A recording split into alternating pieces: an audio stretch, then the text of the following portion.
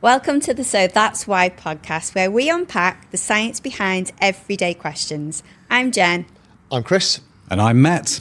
Okay, so today we're tackling something that gets people worked up in the supplement world. Why do supplements have so many extra ingredients? I see comments online all the time like, this has magnesium stearate, it's full of fillers, or I only buy filler-free supplements. But here's what's interesting. Most people don't actually know what these ingredients are or why they're there. Yeah, it's definitely a craze, isn't it, at the moment? The clean supplement craze that makes you overthink every single ingredient. And it's easy to get caught up, I think, in checking labels for fillers and additives, thinking, is this really necessary? So I guess there's more to it, right, Chris? Yeah, definitely. And yeah, this is such an important topic, and it's something that's really close to our hearts because we're the team behind Vegetology supplements. I'm a formulation scientist, and hopefully by the end of this episode, we'll have explained that the term filler is misleading. And often these things described as fillers actually do rather important jobs in the formulas. So we're going to look at some of the most common ingredients people worry about, what they actually do, whether their concerns are valid, and reveal some practices in the industry that are genuinely questionable. They're not for the reasons most people think. Exactly. So, when people say filler, they're usually referring to an ingredient that isn't the active nutrient like the vitamin or the mineral, but these are actually called excipients rather than fillers. And here's the thing, supplement companies don't actually, financially benefit by adding these things unnecessarily. These ingredients add cost. So if we could make a tablet, for instance, with just pure vitamin D3 powder, we would. But the problem is it's often physically impossible. So we need these ingredients or these excipients. Right, because we're dealing with microscopic amounts. So think about vitamin B12. You might need 100 micrograms. That's like a millionth of a gram. You literally can't see that with the naked eye, let alone measure it consistently or make a tablet with it. So without these excipients then, we would be trying to take something in a quantity literally too small to see, like, I don't know, trying to swallow the tablet the size of a pinhead maybe. That'd be easy for me though, because I struggle swallowing supplements, so that would be great if we could do that. But no, definitely, I mean, that is one consideration, the size, but the other consideration is the product form itself. So without excipients, you'd literally have a pile of powder rather than a tablet.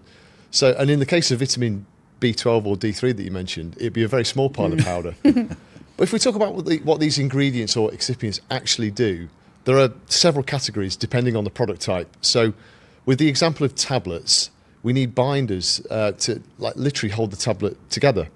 Or in the case of capsules, so these are the hard two shell things that snap together filled with a powder.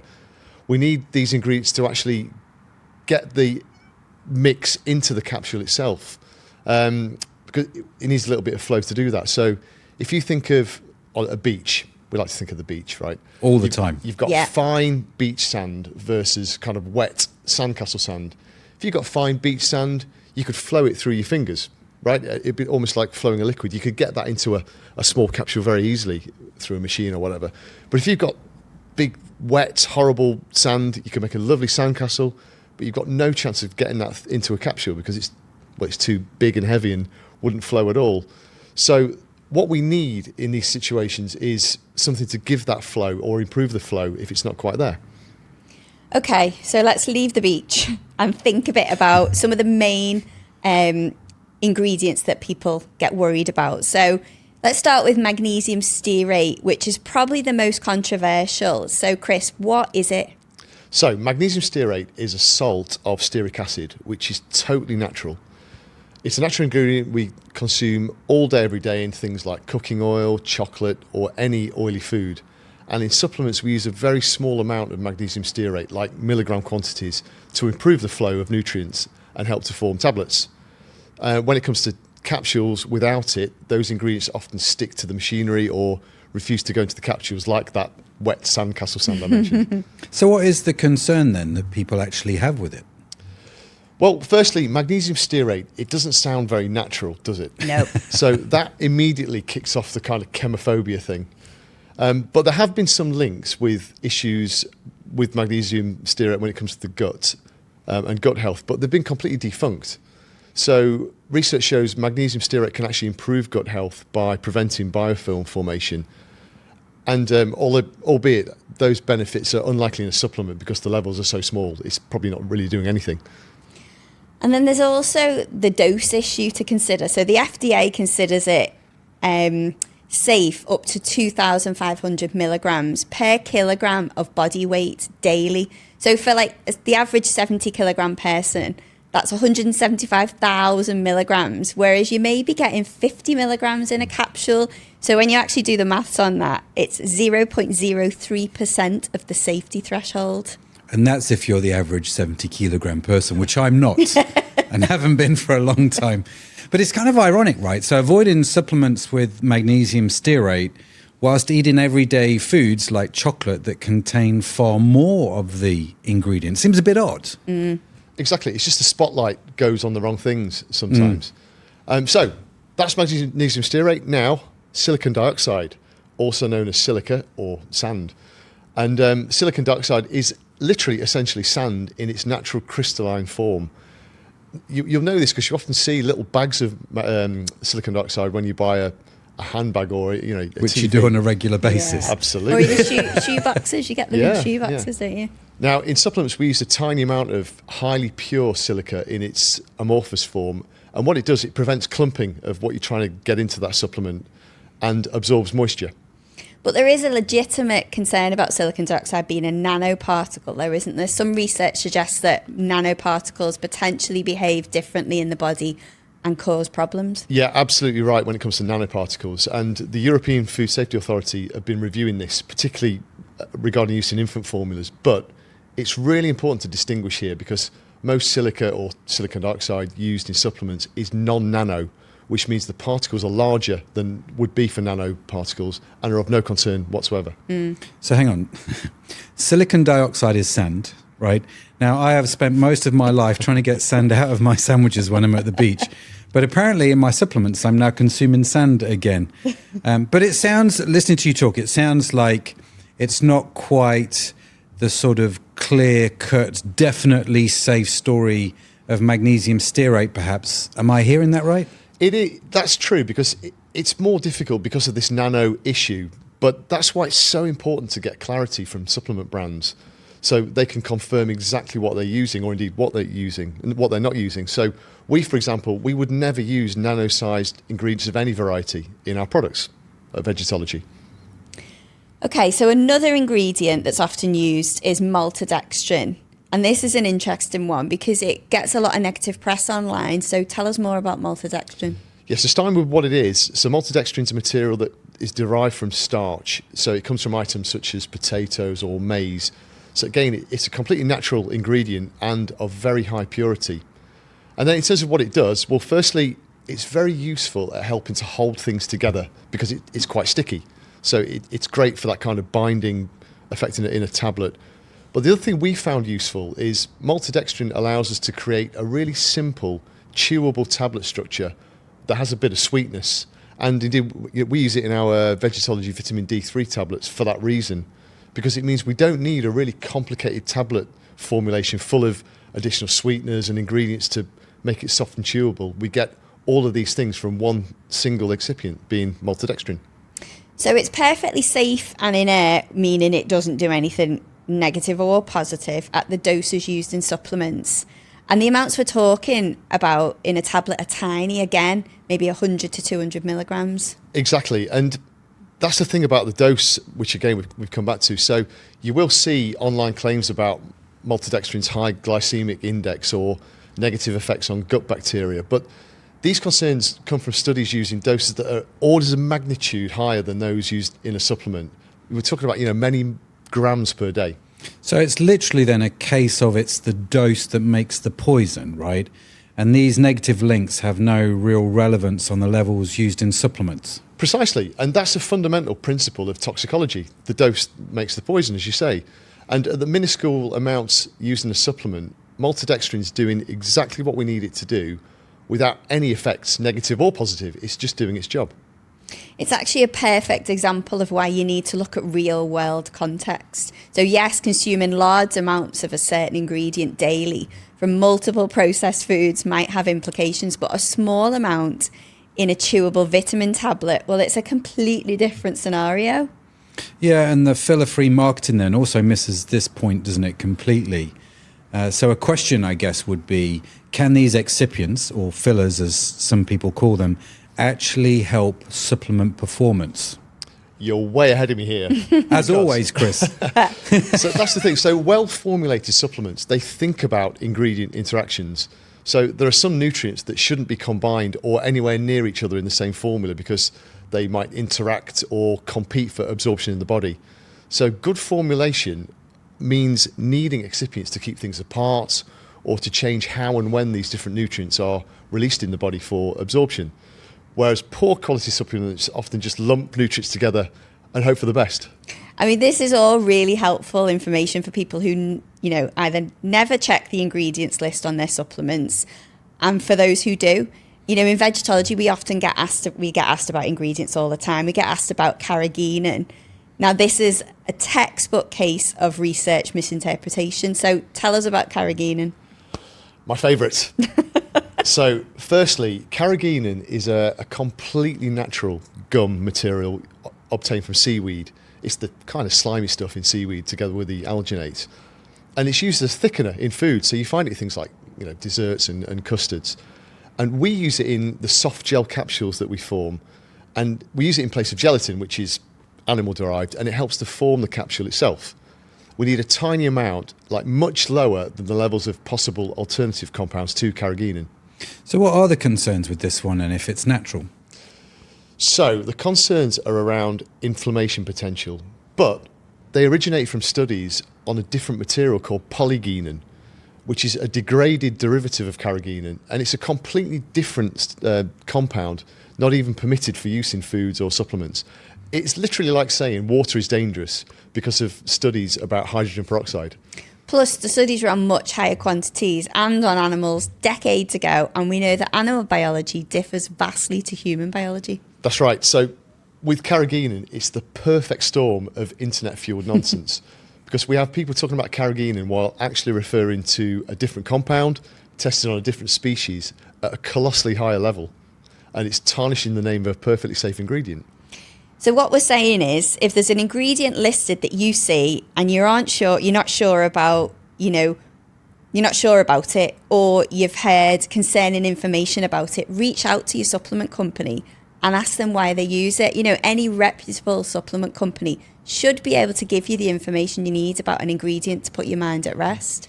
Yeah, and actually every ingredient should be listed, but unfortunately there are some genuinely dodgy practices, aren't there, in this industry? Let's be real. Tell us, Chris, one of the things I want you to explain is the salt shaker situation. Oh, the salt shaker, dun, yes. Dun, dun, dun, dun. Yeah, this one's priceless.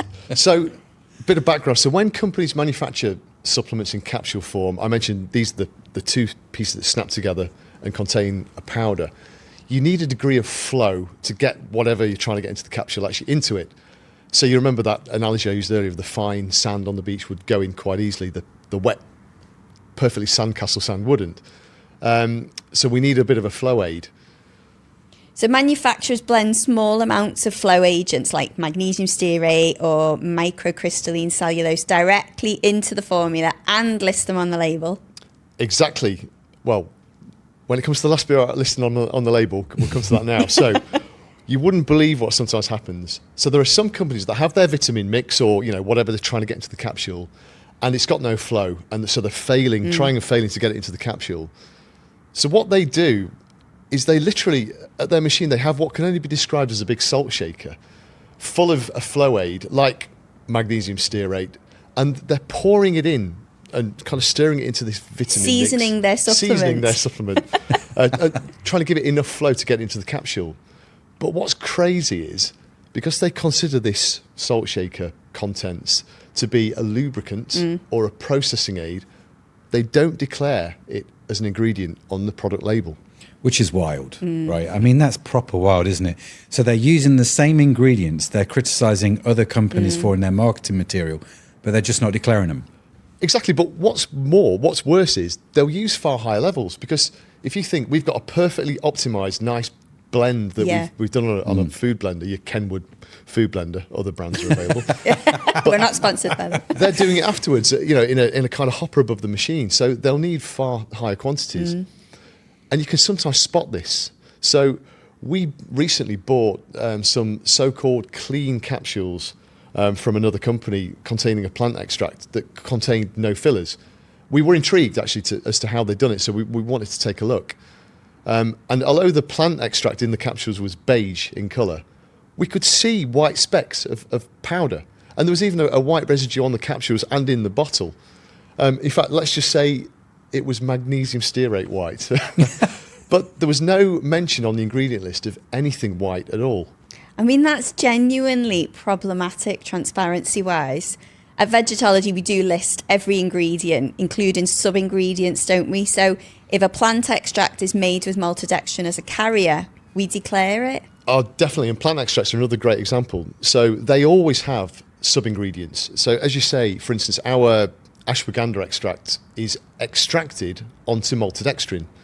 And sometimes you use cellulose or starches too. But they should be on the ingredient list. But there seem to be a few occasions where one or two brands accidentally forget to mention these things on the list and just say ashwagandha extract, nothing else. That's mental, isn't it? And we're not going to name names. Name and shame. Name and shame. We should maybe do that one day. I don't know. But it's proper sketchy behaviour, Yeah, isn't it? yeah. And especially if they're using these ingredients and not being transparent about it. No, absolutely. And I think to forget to list flow aids or so-called lubricants or sub-ingredients is one thing. But to then be making a big noise about how clean or filler-free the product is, it is completely unacceptable. As you say, it's not our role to name people or police it. All we'd ever say is ask the question. If you don't get the answer, that probably tells you everything you need to know. Yeah. So I think we can conclude then that filler-free supplements that you see marketed aren't necessarily genuine, are they? But also, I kind of know the answer to this, but they're not actually better quality either. Not necessarily, no. And in fact, sometimes they might be worse because they may have compromised on stability of the product or bioavailability, as in, does it get into the body and work, just to try and avoid certain excipients or fillers to jump on a bandwagon. What ultimately matters is whether the product contains the active ingredients that are in the right forms at effective doses and that the product's been formulated properly. So the filler-free label doesn't tell you anything about the quality of the actual nutrients. A supplement could avoid magnesium stearate but use poorly absorbed forms of the vitamin, or ineffective doses, or combinations that interfere with each other's absorption. Yeah, so this clean label thing then seems to have definitely driven this pressure to make these changes, but to make changes that could ultimately compromise the products, right? It has, but it's fair to say the clean label movement, it has done some good. Because I think on the whole, it's pushed transparency and made some companies think a bit harder about the formulation. So we've seen companies that would traditionally just import cheap multivitamins, the cheapest they could find. They're now spending more time thinking about the formulas and the quality. But you are right, clean label thing has also created some marketing nonsense, just like fair trade, just like organic, and so many other kind of sweeping themes that affect the market. Yeah. So after listening to this, people might be wondering what they should actually look for on a supplement label. So if this is you, first check that the active ingredients are in bioavailable forms. So that means, for example, vitamin D3, not D2, folate for folic acid, EPA and DHA for omega-3, and chelated mineral forms. And you should be able to see all this information on the label. Yep, and secondly, look for transparency. So that label, it should list everything, every ingredient. That includes sub-ingredients. It should include process aids or lubricants or whatever else. If something seems to be missing, ask that company directly. Yeah, and the thing which I liked about what you said earlier is your white powder test. And if you're just joining in right now, that sounds a bit sketchy, doesn't it? Go back to the start. So if your filler-free supplements have this sort of mysterious white residue where the contents are a different colour, maybe question why. And fourth, consider the company's expertise. Are they formulators with nutritional science backgrounds, or marketers sitting with a laptop and importing the cheapest multivitamins they can find? I mean, that's it. I mean, at vegetology, we're formulation scientists. It's what we do. It's what we've been doing for over 30 years. You know, we choose every ingredient deliberately. We use the minimum necessary levels of excipients, and we optimize our formulas to deliver them effectively to the body and for stability of that product. But more than that, we're happy to talk about why we do what we do. Great. So why do supplements then have these extra ingredients? Well, because making supplements takes a lot of consideration to achieve good stability, good performance, and to literally be able to manufacture them. And the common excipients are safe at the tiny doses used in supplements. The research that raises concerns typically involves vastly higher amounts, different forms, or different exposure routes than the supplement use. That's it. And the real issue isn't whether excipients or fillers are present. It's whether the formulation is well designed, optimized to deliver the nutrients to your body, and that company is transparent in what it does and why. And in this industry then, there are some good companies. There genuinely are. And you can always tell them, can't you, a good company? Because if you ask them a question, they're going to answer it well and they're going to answer it honestly. Yeah. So that's why supplements have these extra ingredients known as excipients. So that's it for this week. Make sure you hit that subscribe button. We're unpacking the science behind everyday questions each week. And tell us in the comments what questions you'd like us to explore. Thanks for geeking out with us. But for now, that's it from me. That's it from me. And that's it from me. Bye for now.